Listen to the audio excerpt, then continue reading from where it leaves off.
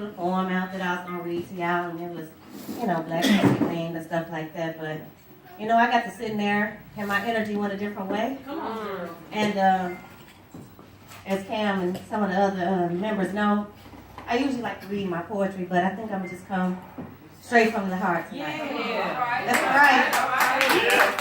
So, I know a lot of us, we some down south folk in here. I'm from Illinois, of course, but I've been here long enough for this to be home now. So, we go to the country church, and people say, what they say for the folks that ain't there? They say we're going to stand in the wood. Yeah. We're going to stand in the gap, ain't we? All right? All right. So, I don't know why standing in the gap just dropped in my spirit. I guess maybe the brother that kicked off and was kind of doing history, and I got to thinking about women.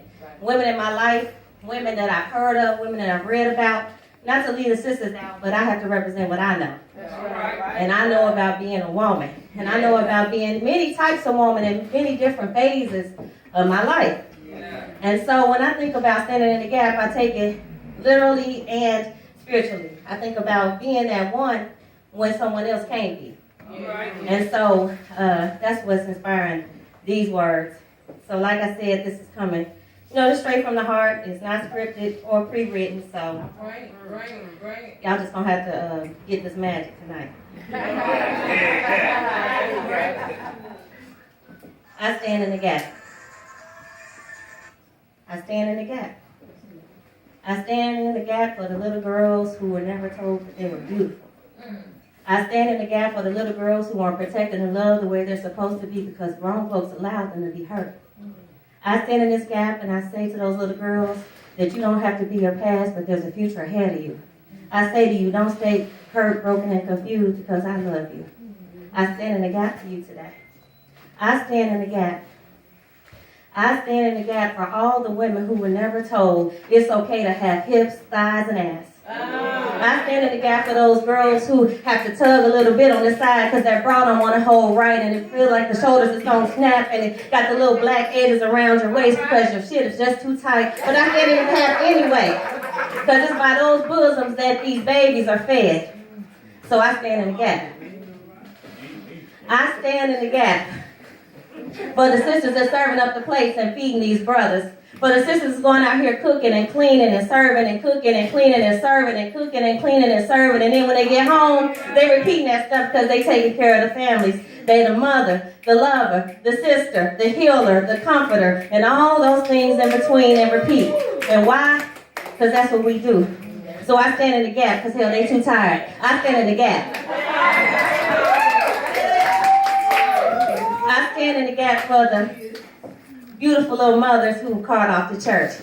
They got the hats on, the matching shoes, the jewelry. Don't they look beautiful? Yeah. I stand in the gap for sister so-and-so and missionary so-and-so and, sister, the mother of the church. And I stand in the gap for all of those ladies. Because, see, sometimes when they get to the chores of the church, they be too busy being fine to say the prayer that they there to say.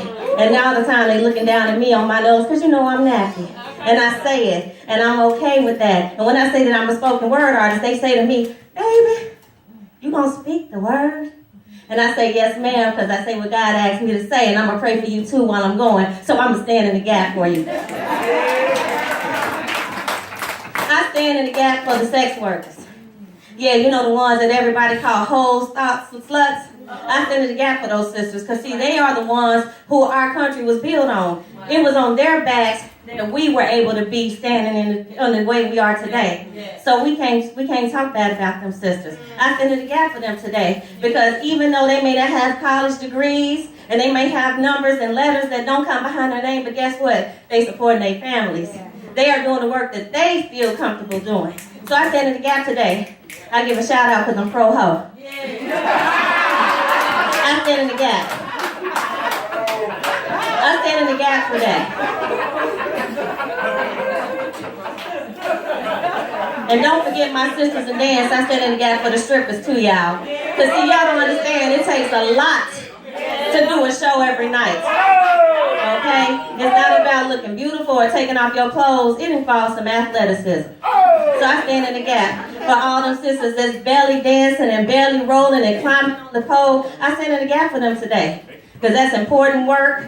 And they keep a lot of these men's attention and they get a lot of paper and it's honest. They ain't stealing, robbing, or killing to get it. So I stand in the gap today for those sisters. Yeah. I stand in the gap for my grandmothers. Ira Tisdale, Augusta Pass, Mildred Youngblood. I stand in the gap for those women today.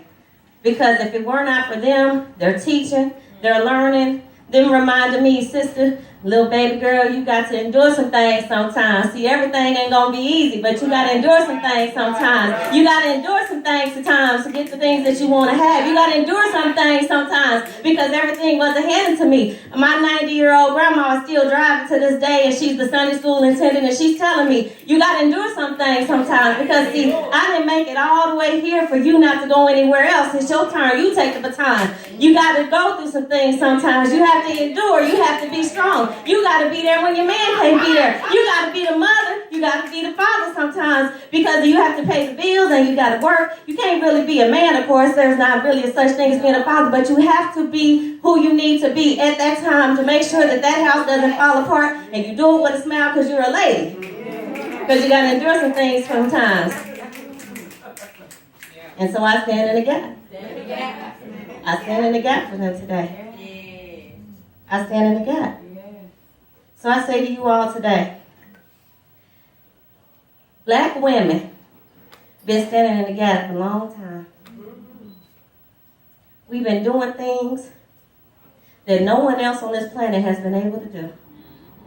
We've showed strength in the times when nobody else could even fathom the conditions that we were being held to. And even though we did that many years ago, if you look around you in 2017, we still doing it. We still being strong. Not because we want to be, but sometimes it's a necessity. We still taking care of business. We still nurturing. We still loving. We still teaching. So I say all these things to you, for all my sisters who's carrying the weight of themselves and the weight of other people, while also bringing along the daughters and the little girls and trying to teach them along the way. I encourage you to keep standing in the gap. That's it. Thank God. Give it up for once again, Michael Woodstar.